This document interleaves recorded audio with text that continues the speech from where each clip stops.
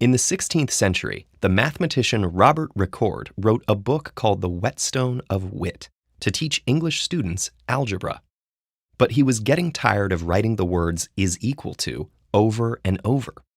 His solution? He replaced those words with two parallel horizontal line segments because the way he saw it, no two things can be more equal. Could he have used 4 line segments instead of 2? Of course. Could he have used vertical line segments? In fact, some people did. There's no reason why the equal sign had to look the way it does today. At some point, it just caught on, sort of like a meme. More and more mathematicians began to use it, and eventually, it became a standard symbol for equality. Math is full of symbols: lines, dots, arrows, English letters, Greek letters, superscripts, subscripts. It can look like an illegible jumble. It's normal to find this wealth of symbols a little intimidating, and to wonder where they all came from. Sometimes, as Ricord himself noted about his equal sign, there's an apt conformity between the symbol and what it represents. Another example of that is the plus sign for addition, which originated from a condensing of the Latin word et, meaning and.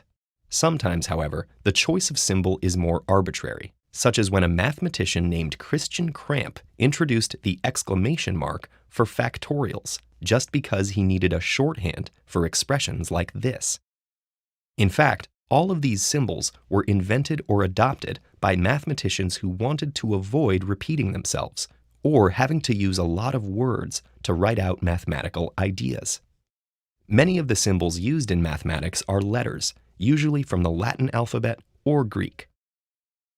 Characters are often found representing quantities that are unknown and the relationships between variables. They also stand in for specific numbers that show up frequently, but would be cumbersome or impossible to fully write out in decimal form. Sets of numbers and whole equations can be represented with letters too.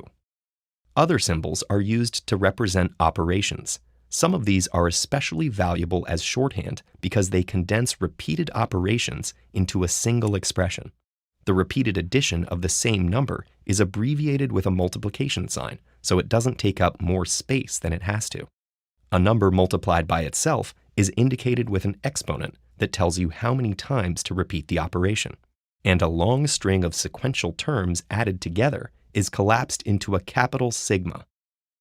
These symbols shorten lengthy calculations to smaller terms that are much easier to manipulate.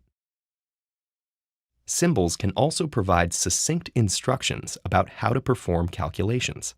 Consider the following set of operations on a number. Take some number that you're thinking of, multiply it by 2, subtract 1 from the result, multiply the result of that by itself, divide the result of that by 3, and then add 1 to get the final output. Without our symbols and conventions, we'd be faced with this block of text. With them, we have a compact, elegant expression. Sometimes, as with equals, these symbols communicate meaning through form. Many, however, are arbitrary.